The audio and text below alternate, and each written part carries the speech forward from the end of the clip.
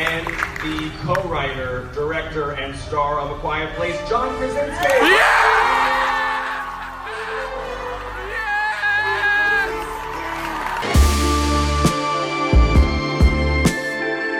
In 2018, I think a lot of us were shocked when Jim from The Office, yeah, this guy, was making a horror movie called A Quiet Place. The premise seemed interesting, he was acting with his real-life Pam, so I was on board, going to see it opening night with managed expectations. What I didn't expect was the single greatest theater experience I've ever had. If you were anything other than dead silent in the theater, all eyes went to you, basically telling you to shut up. I had very middle ground expectations for the film, so what I saw utterly and completely blew me away and far outreached any expectations that I had for it. But now that there's a sequel, a prequel on the way, and I've seen these movies a few more times, something occurred to me in Apocalypse I've ever seen. What exactly do I mean by that? Worst as in for the characters and the world itself, or worst as in inferior to other apocalypse scenarios? Well, I initially wrote the title with one meaning in mind, but after thinking about it,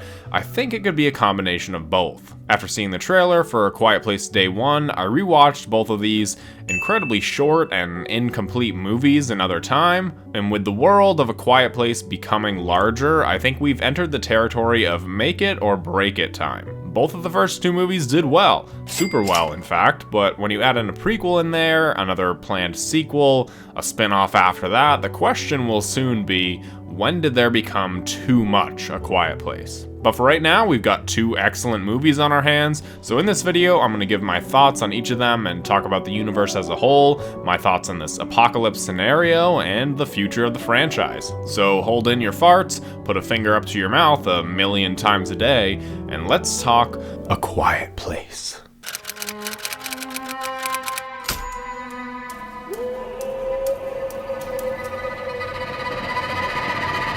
The first film starts us 89 days after the apocalypse, and we follow the Everett family. There's husband Lee, wife Evelyn, son Marcus, son Bo, and their deaf daughter Reagan. The movie follows their struggle for survival and also personal struggles that the family faces after the death of one of their own, and how they have to deal with all of this silently. The opening of the film perfectly establishes the stakes of the world, but also the drama that shakes up the family and their dynamics. Even after only 89 days, this family has a concrete plan and a whole new set of rules to live in this world. But when Bo is snatched, everything changes personally for this family, and as an audience, we see just how unforgiving this world is. Lee is stricken with grief, so the whole movie he's obsessed with work and chores and overall survival, and in essence is pushing his family away, just trying to turn away from the reality that his son is gone. He doesn't push his family away on purpose, but it's what his kids, and in particular Reagan, thinks he's doing. Having a deaf character in this world is really great for storytelling purposes, and it takes full advantage of these opportunities. She feels responsible for the death of her younger brother and can't really do anything to stop it, even though she's the one that's closest to him. And they play around with this suspensefully, like when she doesn't realize that there's a monster right behind her. They also use this from a unique filmmaking perspective, having her point of views be completely silent, which adds to the tension and suspense of the scenes. Same goes with having a pregnant woman and how they would have to navigate that, showing us that they did have a plan for it all, it's just that when the baby comes, it's at the worst possible moment. But I absolutely cannot give Emily Blunt enough praise when it comes to their spirits up. As a character, she's incredibly well written, and every single scene she's in, she just knocks it out of the park. The first half of the film sets up the world and the family, showing us about the creatures from what the family has figured out, as well as who each family member is without the use of much dialogue, just sign language and whispers. It's also incredibly mysterious and vague when it comes to the monsters in this world. You don't get a good glimpse at them at all, which is horror movie 101, but you know from the very opening scene that these things don't mess around, and whatever they are, they're a force to be reckoned with. With so little dialogue, there needed to be a way to explain the world and these creatures, so they do a pretty good job with that from Lee's setup in the basement. We know there's a few in the area, they have armor, they know that it's sound, and they also don't know how to kill them. The second half of the film is crazy, edge of your seat, anxiety-inducing filmmaking. but I also wouldn't necessarily classify it as horror. There's a few cheap jump scare scenes, and the creatures themselves are terrifying, but ultimately this is a really tense thriller about a family facing insurmountable odds. Maybe it still is horror, but it's just never really felt like it was a true and through horror film. I will say that when this one goes underwater, it reminds me of the Killer Croc section from Arkham Asylum that scared the absolute shit out of me as a kid. One of the standout scenes in this movie is the waterfall scene, partly because it's one of the only scenes with actual dialogue, but it also makes Lee face the reality of his actions and what he's actually been doing to his family. Same goes for later on when Lee and Evelyn are talking, yes, actually talking, and she says that it's his job to keep his family safe. He realizes his actions beforehand have unintentionally been tearing the family apart. In his mind, he was doing everything he can to help the situation, like he has a bunch of different gadgets and stuff to try and get Reagan's hearing aid to work. He's been present, but he really hasn't been there for his children. Lee's death never fails to make me shed a tear. Maybe it's because it's Jim from The Office, but I think the movie does a great job at making you care for the family and what happens to them, which is another reason why this movie differs from normal horror movies. It's also a death that works on so many different levels.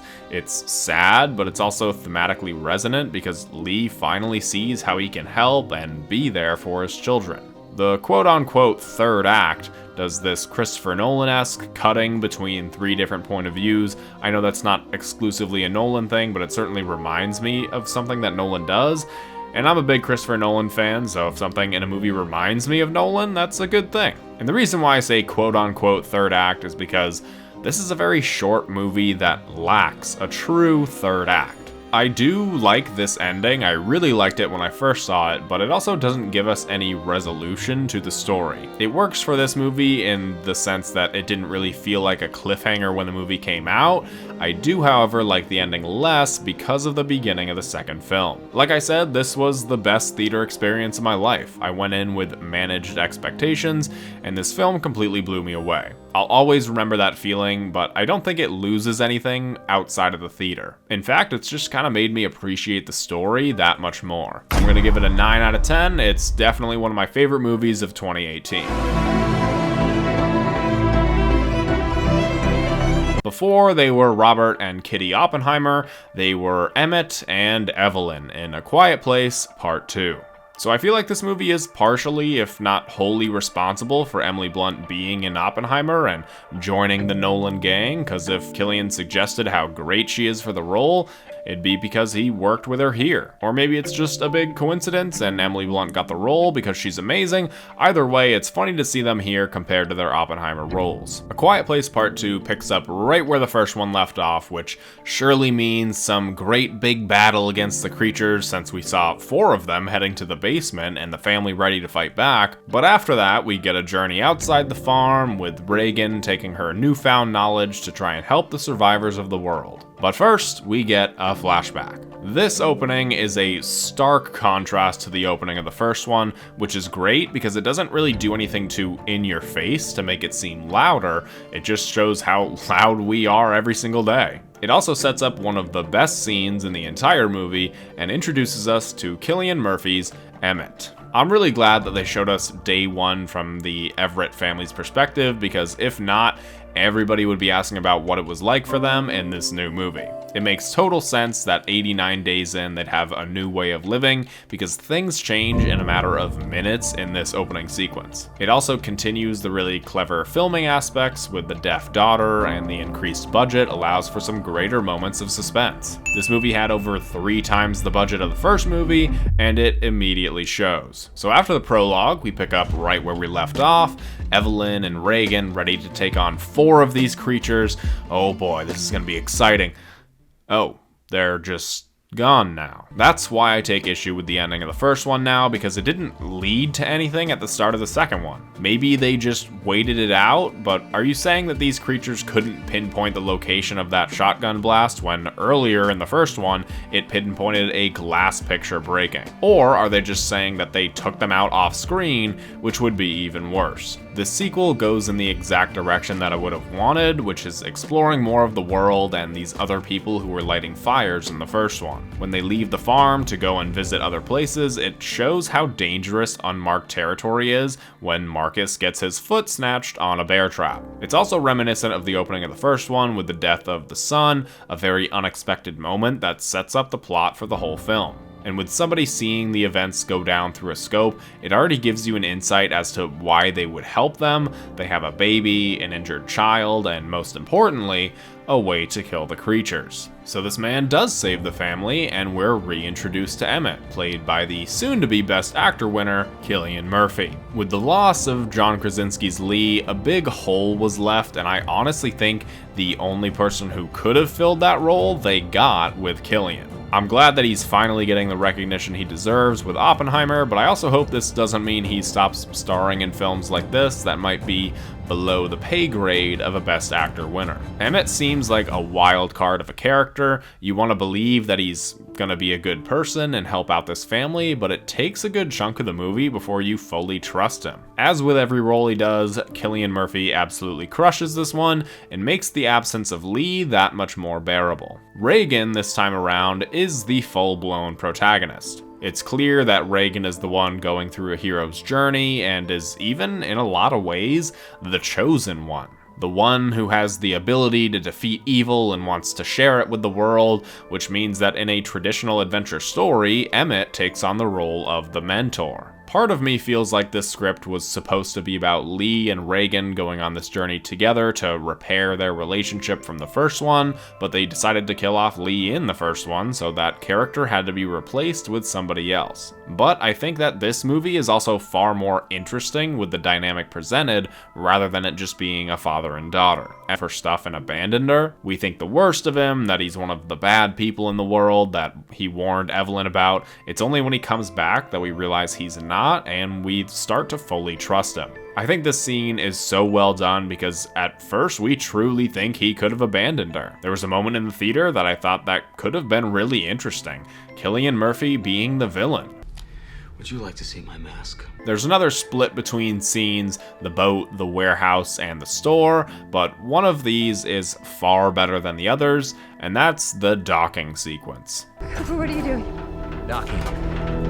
We get to see that some people in this world are now too far gone and are crazy looking, and also the callback to the beginning with the sign language for dive is far and away my favorite scene of the movie. It's such a simple thing to set up from the beginning, but that callback is used so effectively here and is just such a great piece of writing.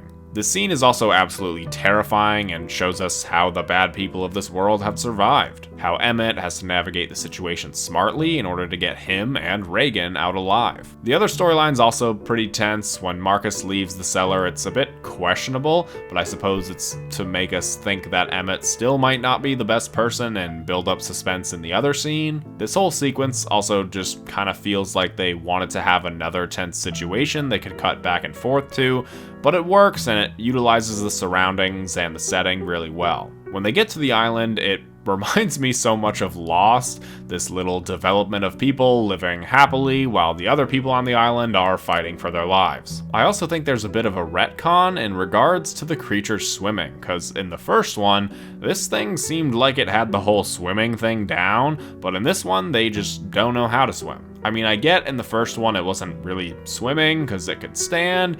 Maybe this one was just a trained Olympic swimmer from its world, and there's a discrepancy between the creatures. There's a false sense of hope when they get to the island. You kind of think that this movie is gonna be over at this point, and it does seem like it would be ending, but then Emmett hears something and one of the creatures has made it to the island. We also meet a character that seems to be getting a big role in this universe, Digimon Hansu's Man on Island. I kinda hate how they kill off his character when he's starring in the new prequel, but hopefully one of the characters from that movie will be like retconned to have been on this island already, and it'll make his impact in the overall universe much more significant. Also, who knows, maybe he didn't actually die here. The ending is very great and connects both of the storylines together, making Reagan's journey worth it because she unknowingly saves the rest of her family in that moment. Some people might call it a bit coincidental that they finished the job at the exact moment that it needed to happen, but stories are built by coincidences, so I don't have a problem with it. I do like the duality of both siblings fighting the creatures using the same methods. It's a little bit cheesy, sure, but I still think it's pretty great. Once again, it seems this movie is devoid of any sort of third act. The resolution of what happened to the people on the island, the reunion of the family, but I suppose all of that is going to tie up in the third one, and day one is going to have some sort of significance that ties into the plan going forward with Reagan. This movie almost completely ditches the horror elements of the first one, the cheaper jump scares, but it retains what made the first one so great, and that's the suspense. This is more of an adventure thriller now, and while I think both of these movies are comparable to one another, I think the first one edges it out just a bit, so I'm going 8.5 out of 10 for this one. So why is A Quiet Place the worst apocalypse? Well, this has nothing to do with anything that's presented on screen. Both of these films tell great stories, have great characters to root for, put a unique spin on the apocalypse genre, but with this specific apocalypse, it absolutely sucks. This is an apocalypse that the people from Doomsday Bunkers would have an absolute field day with. They build their own one in the first movie, and that lasts for like a half hour, so something like from this show, or even like the one in 10 Cloverfield Lane, would be amazing, but outside of that very specific group of people, the quality of life you'd live in this apocalypse would be terrible. Let's start off with the small things. Number 1, no more fun. You can't laugh or even enjoy things from the old world like you used to. Half the reason why I even play Monopoly is because of the cool metal pieces. Nope, all of those are made out of cloth now, out of necessity. Did you eat some fish or beans that don't sit right in your stomach? Well, one loud fart and you're done for. Even if you're going number 2, you best hope that it's coming out silently or you get killed on the can. If you snore while you sleep, at least you might not realize you get killed until it's over, but you're also getting killed over something you had no control of. Imagine holding in every single sneeze for the rest of your life. It's things like this that I didn't really think about at first, but make living in this world seem like an absolute nightmare. But if you can get past all the noises that your body makes, let's talk about actually surviving in this world. You can't drive around to scavenge supplies, so once this convenience store gets picked clean, you gotta get a lot more sand because now you're walking the next few miles to the town over. And then that one gets picked clean, going to the next town, so on and so forth. You can't hunt because guns make a ton of noise, and if you want to say, well, actually, I'm a bow hunter, that doesn't do you any good either because all the animals are probably already gone. Basically, if you aren't already a farmer, you're screwed. So I'm excited to see how all of this plays out in the city, which is by far the worst place to ever be in an apocalyptic scenario, much less the A Quiet Place apocalypse. I will say that the movie does a good job at conveying this, but also makes sure to center it on a family on a farm so there aren't too many questions raised. The danger presented with this apocalypse seems so much more catastrophic than any other apocalypse I've seen. In The Walking Dead, they talk about the danger of having a baby and the quality of life it would have, but in A Quiet Place, it's far more dangerous. This child crying, getting it food, oxygen in the box that they put it in, the task of raising a child seems insurmountable in this world. It would also have to be raised to literally never learn how to speak. After it grows up a bit, without hearing anybody talk, it would never even learn to use its vocal cords. What kind of life is this for a baby? No, what kind of life is this? At the beginning of part 2, Emmett says that he's never even seen one of the creatures killed before, and that's over a year into the apocalypse. Every other apocalypse we've seen, there's always been a way to kill them. In The Walking Dead and most other zombie media, it's headshots. In alien movies, there's usually a mothership, or with enough bullets it does the trick, but in A Quiet in this world. So just general quality of life, I'd say this is far and away the worst apocalypse. I think the more you look into it and the hurdles you'd have to go through just to stay alive makes it a bit unrealistic, and the danger presented in this world far outweighs other apocalypses. So does that make this the worst apocalypse, or the best? As for me, and this goes for any apocalyptic scenario, I think I'd make it a good few weeks depending on where I was when the outbreak started, but then the realization would hit me. I'm never gonna eat pizza rolls ever again, and then I just call it quits. With all that being said, with the storyline presented to us, this is also the most concrete apocalypse in terms of maybe ending it. With the plan they have, they can use that to rid these creatures within a certain mile radius, then somehow figure out how to get the message out to everybody and somehow get this thing out nationally, maybe even globally. Sounds like a tall task, because it is, but maybe that's what the sequel will be about. So now I'm gonna say two words that are gonna frighten a lot of you, but bear with me, and that's cinematic universe. Like it or not, A Quiet Place has become successful enough to warrant a cinematic universe, which leads me into my talk about the direction that this universe is taking. Next up, we have A Quiet Place Day 1, and I'm personally very excited for this movie. I love the first two movies, and I think a different setting with the day that it all began is a really interesting idea, and I hope it keeps the same tone and atmosphere as the first two. But really, what I want to see out of this is some sort of connection between Day 1 and the future A Quiet Place Part 3. We've got the powerhouse of an actress with Lupita signing on to do another role in the horror sphere, and with the famous Man on Island being in Day 1, I think it's very possible that Lupita's character, or maybe even Joseph Quinn's character, could end up being retconned to be on the island from Part 2. We didn't spend too much time here, didn't meet a whole lot of people, and let's say that one or both of these characters survive in Day 1, I think the opening of Part 3 could very easily be from the point of view of when Emmett starts running and yelling at them to get inside and see what happened during that attack through their eyes. You see, the words cinematic universe don't scare me because I, for one, actually like there to be a larger connected universe. Hell, I'm one of the only people who's out there holding out hope that A Quiet Place can still be somehow connected to Cloverfield. I think that Day 1 coming out before Part 3 has to have been done for some reason. Maybe that's John Krasinski's if, but maybe there's an important element or character in Day 1 that's vital to the story of Part 3. So that leads me to what could possibly happen in Part 3. The obvious answer is the family and the group on the island start taking the fight to the creatures now that they have a concrete way to kill them, but there still needs to be some sort of personal conflict, even hiccups in the journey ahead.